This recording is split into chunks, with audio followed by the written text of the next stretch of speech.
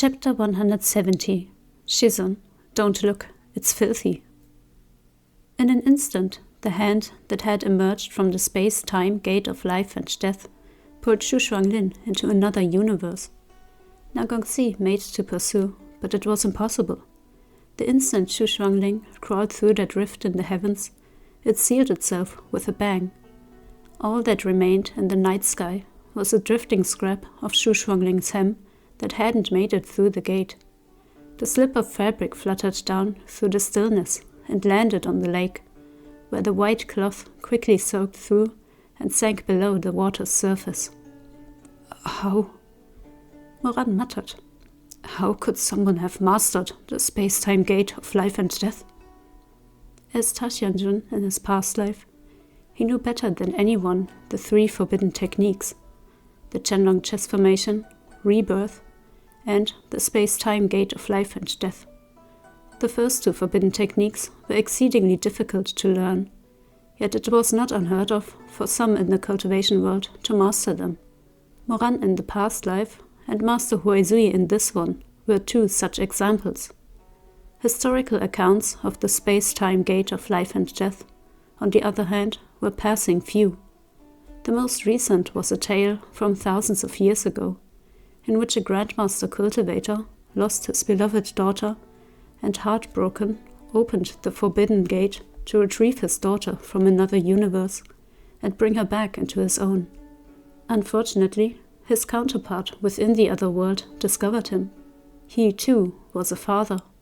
How could he allow anyone, even himself, to wrest from him his beloved daughter? As the two squared off, fighting to kill, the space-time rift warped. In the end, their daughter was swept into the gap between worlds and reduced to dust. Upon his return, the cultivator, rent with grief, sealed the forbidden technique scrolls within the Flame Emperor's sacred tree. The vast river of time flowed onward, and he became the last person to fully master the space-time gate of life and death. No one had witnessed this forbidden technique performed in centuries, and present-day cultivators had grown increasingly skeptical that such a technique, able to distort space and time itself, had ever existed in the first place. In the past life, however, Moran had gotten hold of a fragment of those ancient scrolls.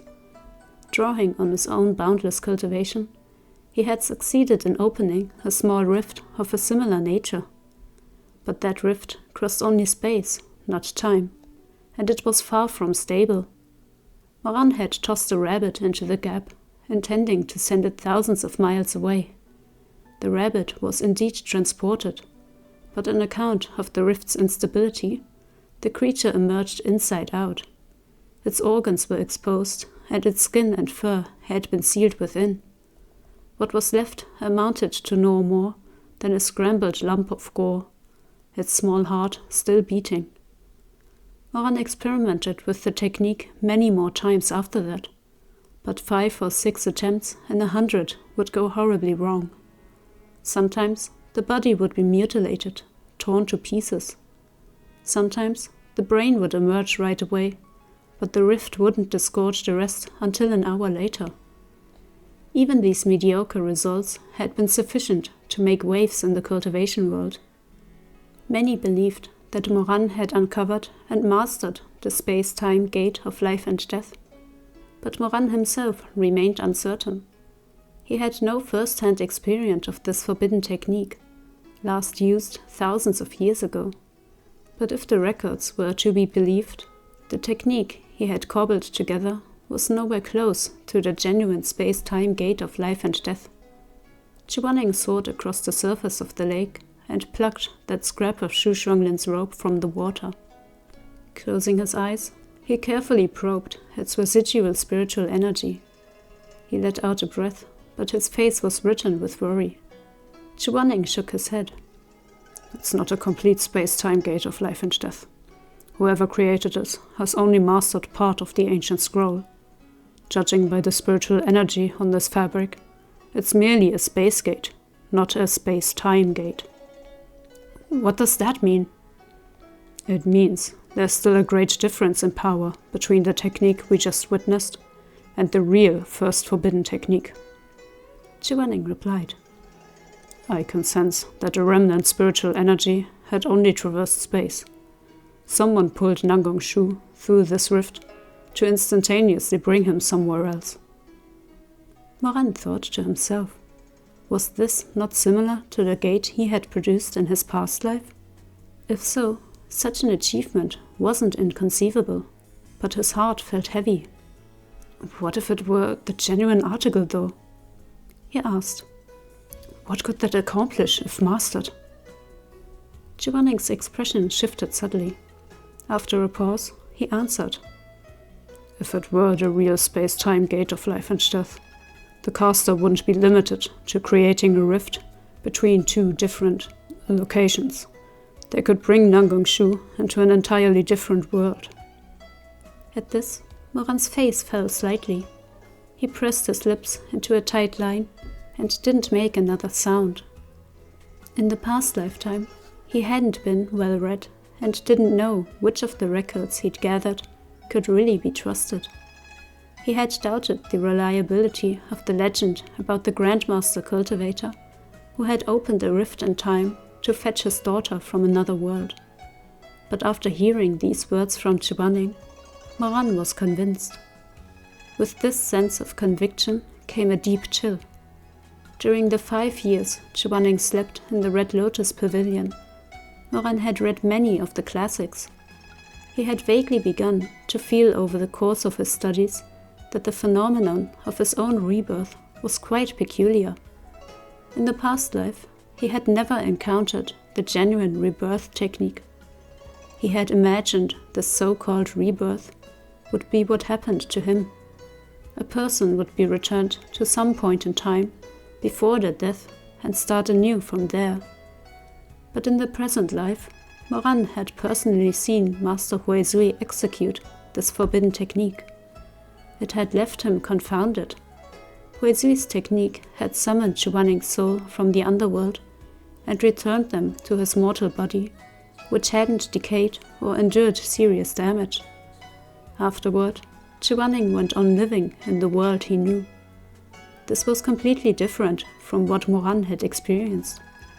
If someone had used the same technique as Master Huizui to revive Moran after his death in the past life, he would have been reborn in Wushan Palace. He would have still been the abominable Emperor Taxianzhen. Xu Shuanglin, Xi Mei, his aunt and uncle, they'd all be dead. No one would be by his side. Thus, Moran had reasoned that there might be more than one type of rebirth, and differing methods had been used for his and Xu Shuangling's resurrections. But now, hearing Xu Shuanglin confirm the existence of the space-time gate of life and death, the most mysterious of the 3 forbidden techniques, Moran was struck by a horrifying thought. Could it be that, in addition to the rebirth technique, he had been additionally subjected to the space-time gate of life and death? And his evil souls that ought to have been tormented in another universe for their crimes were transported through a rift in space-time to a year when none of it had yet occurred, when everything could still be turned back? If that were the case, then wouldn't the one behind the scenes have been spying on all he'd done? Wouldn't that person have plotted everything, including his rebirth, then watched in silence from the shadows? A violent shiver ran down Moran's spine. Before he could think on it further, he heard a thunderous explosion from the direction of the apocalyptic fire burning in the distance. "Let's go take a look," said Xu Shuanglin. Yet even as he said those words, the flames roared to new heights as they consumed the 72 cities of Rufeng sect. It seemed the blaze had reached some device Xu Shuanglin had planted beforehand. The inferno spiraled dozens of feet into the air, its glow piercing the heavens. They needed go no closer to see. By now, the raging fire eating up the night's darkness was visible from hundreds of miles away. Zhu Chengyong had already brought Madame Wang out of the conflagration. Turning his head, he saw the towering flames weave into the form of 2 bodies, passionately intertwined. The figures, a man and a woman, gradually took shape. "What's going on here?" he asked in astonishment. Madame Wang's upbringing in a prestigious sect had exposed her to a great number of precious artifacts. Her expression changed at once. "This is a type of painted scroll that records memories. Its magic is self-contained and requires no other supporting techniques. Once the user creates it, the memories sealed inside will emerge in the flames of apocalyptic fire. Whatever scenes are recorded in the scroll will play repeatedly until the fire dies out." "Until the fire dies?" Zhu Chengyong, watching as Rufeng's sect was swallowed up in the inferno, couldn't help but look on with some pity. Most people, if they planned on daring expose, would simply gather some witnesses and speak their piece while presenting what evidence they had. That was typically plenty. But Xu Shuanglin, the man was insane. He'd assembled a swath of his own memories in a scroll and set whole cities aflame just to expose to the world the filthy secrets of his own sect. Taking the spreading flames as his canvas, he'd magically amplified these whispered conversations of the past into a thunderous rumbling, as though to ensure even the deaf would hear. "What is Xu Shuanglin even doing?" Zhu Chengyong sat on his enlarged iron fan in mid-air with Madame Wang beside him, his features cast into fragmented light and shadow by the towering inferno beneath. "Has he not dug up enough of Wu Fengsek's rotten deeds that he needs to uncover more?" he muttered. Madame Wang said nothing. "That's enough. He's done enough. He's bloodied Wu Fengsek beyond recognition. It's become the laughingstock of the cultivation world. How is he still not satisfied?" A woman's voice boomed from the sea of hell. The cultivators who had paused mid-flight to watch the fiery scene take shape were startled, Zhu Chengyong among them. "You girl, we aren't as young as we were. Why are you still so insatiable?" Following this weak groan, the blurry outlines of the pair in the flames gradually sharpened. The apocalyptic fire that blanketed Rufengsek's 72 cities twisted into a massive image of two nude, undulating bodies. An auspicious 5-bat motif tattooed on the woman's delicate arm was rendered the size of a building, so enormous that onlookers could see the individual hairs inked on each bat. Almost as one, the assembled cultivators turned to look with astonishment at Jiangdong Hall, one of the 10 great sects of the upper cultivation realm. Jiangdong Hall's disciples were still more horrified. Their eyes were round as bronze bells as they stared blankly at their sect leader, Ji Liangji. This sect leader was still relatively new to her position. Ashen-faced, she stood stiff on her sword in the night wind. On her arm, clear as day, was that very bad motive tattoo. Never had she imagined that someone not only had witnessed her secret affair with Nanggong Liu, they'd turned it into a memory scroll that was now being shown so plainly and starkly to the masses. Her mind went blank. Moran's mind had gone blank in much the same way. The instant this image of the sect leader Qi appeared in the sky, he covered Chuaning's eyes. "Don't look!" Chuaning was speechless.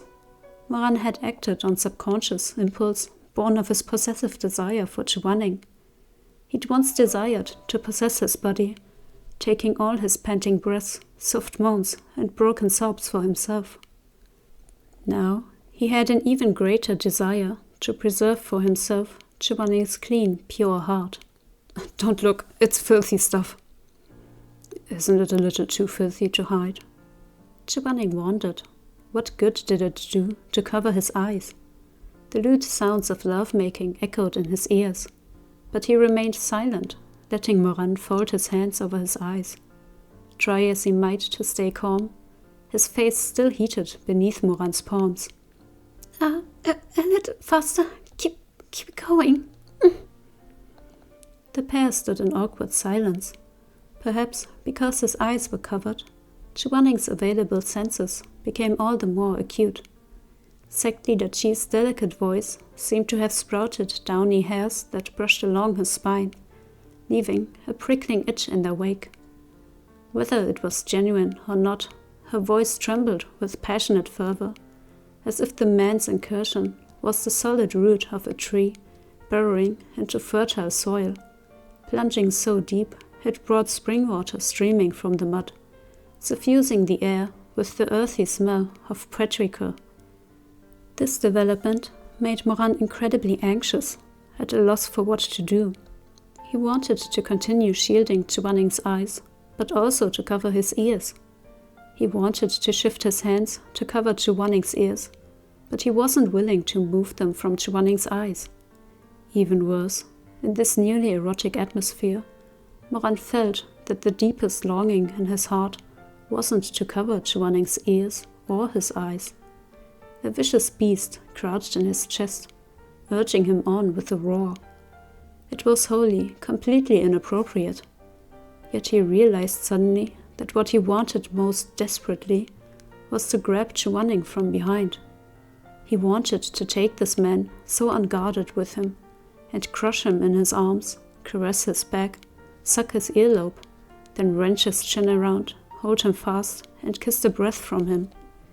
He fixed his dark stare upon Chuanning across the gap of mere inches between them. His breathing gradually grew heavy. Chuanning was strong and fierce, but no longer a match for Moran in terms of physical strength. If Moran really wanted to overpower him, as he had in the past life, Chuanning wouldn't stand a chance. All the stubborn man's strength could only be directed towards biting back the moans between his teeth. No matter how Chuanning resisted, Moran would crush him, devour him. Such would be his fate. The man in front of him was oblivious to the dangerous thoughts racing through Moran's head. In an attempt to dispel the awkwardness, Chuanning quietly grumbled, "This is really outrageous." Moran's throat was dry, his eyes beginning to water. "Very outrageous," he agreed in a muffled voice. Qi was clearly a married woman. She stepped up as sect leader of Jiangdong Hall after the recent death of her husband. To think she'd turn around and behave like this with Nangong Liu. He scornfully concluded. Absurd. It was unseemly. Moran knew it was, but the hunger in his heart was irrepressible. Without realizing, he'd leaned in until his lips practically skimmed the back of Chuaning's neck. "It's totally absurd," he said distractedly. He swept an indifferent glance over the sky where Nangong Liu and Qi Liangji's pornographic production was still hurtling along. He dimly recalled that Qi Liangji was quite a bit older than Nangong Liu. Her husband had been Nangong Liu's sworn elder brother, so by rights of seniority, Nangong Liu should be calling her his elder sister-in-law. How did two people who seemed perfectly respectable fall into such a sordid affair? As he lost himself in thought, Nangong Liu's voice floated over from the great fire. When Moran looked up, those two shameless individuals were going at it in a brand new position. Nangong Liu was goading her. "If you want it, call me Gege." Wait, what? Moran was gobsmacked. "You can do that?" Qi Liangji was plainly much older than him. How could she call him Gege? Taxianjin had obviously underestimated Nangong Liu's abilities, while crediting Qi Liangji's pride too much. This woman had been provoked past the point of endurance. She gasped and moaned and panted without a mote of hesitation. Gege, don't tease me. Moran's skin was as thick as a city wall, but even he couldn't help but blush. At the same time, Chuaning's long eyelashes trembled lightly against his palms, almost as though he knew of the warm itch in Moran's heart and sought to soothe the tingle in his bones with this tiny movement. but his lashes were too light and soft. How could it be enough to dispel that itch? His half-hearted relief seemed only to intensify it. Moran stared absently at the nape of the man in front of him. In the dimness, a light, unexpected flush, the hue of peach blossoms, seemed to pinken that pale skin. Heart beating like a drum, Moran blinked. He didn't care look longer and lowered his gaze. Beneath his lashes, his pupils were the black of burnt ash, still smoking with heat. Layer over layer of fiery sparks smoldered beneath the darkness. It would take but a single breath from Xu Shuanglin, saturated with desire, for those embers to spark to life, for an entire grassland to go up in a roar of orange flame. Moran felt a sharp twinge of regret. If only he had been half as creatively malicious as Nangong Liu in his past life.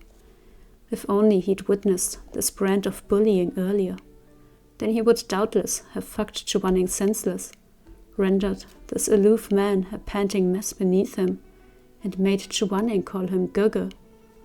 It then occurred to him that in this lifetime, Xu Shuanglin had indeed once called him by this moniker. In fact, he'd even called him Shige. It was just that Moran hadn't known Xie Xini's true identity at the time, so he thought that little Shidi of his was only a little Shidi. Heat flared within his chest as he recalled this now. His reckless desire, it seemed, knew no bounds. Despite understanding perfectly well that it was impossible, he couldn't help fantasizing. He pictured Xu Shuanglin lying on the bed, damp strands of hair stuck to his sweat-sheened forehead. Phoenix eyes narrowed at Moran. A gaze filled with indignance and stubborn reserve, all burnt away by the flames of desire into a slight dewy redness at the corners of his eyes. His lips lightly parted, as if fighting the urge to bite them closed. In the end, they'd part again as he called in a hoarse, tearful voice, "Shige." Moran felt the breath run out of him.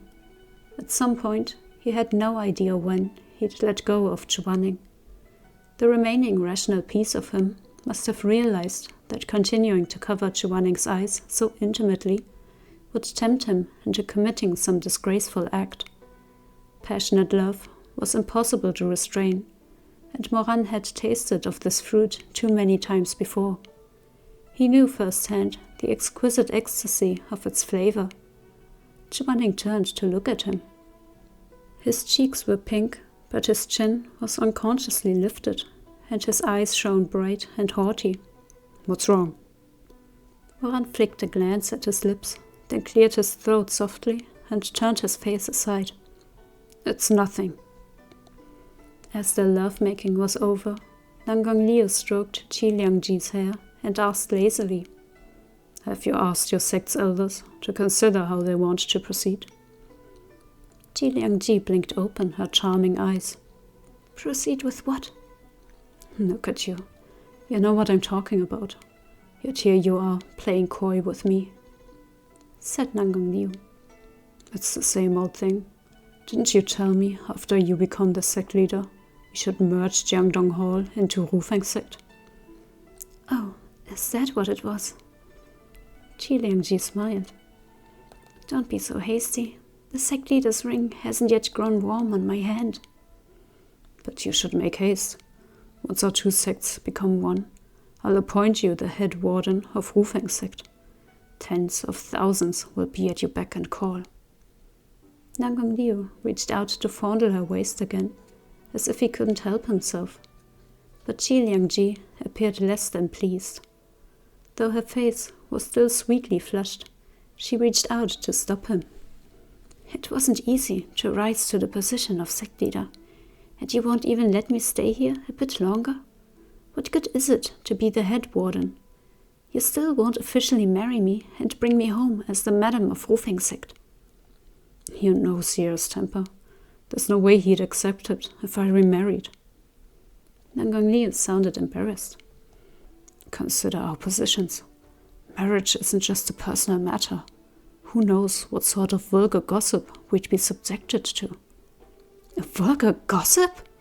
Fury rose in Qi Liangji's eyes as she raised her head to glare at him. So you're afraid of what people will say? You think I'm not? Have you forgotten how my husband died? Did you think it was a simple matter to take his place at Jiangdong Hall's sect leader? Nangong Liu, you know how I felt about you since we were young. Yes, don't be angry. Of course I'm angry. Back then, you only married that bitch Rongyan, so your dead bastard of a father would name you his successor. I had no other prospects. I married my Shishong. Now we're finally freed of both of them. Yet after we merge our sects, you'd make me a warden? Liang Ji. Forget it. Whoever wants that post is welcome to it. But you have to marry me. Qi Liangji's tirade continued. That son of yours, Nangong Si, he's out of control, just like that bitch Rongyan. You really intend to let him inherit the position of sect leader? People can talk about it for as long as they like. One of us is a widow and the other a widower. What's wrong with us getting married? Whom are we harming? Not only do I intend to marry you, afterward, I'll bear you 10 little gongzi. Nangong Liu, do you want our children? Or the little dog that bitch left behind?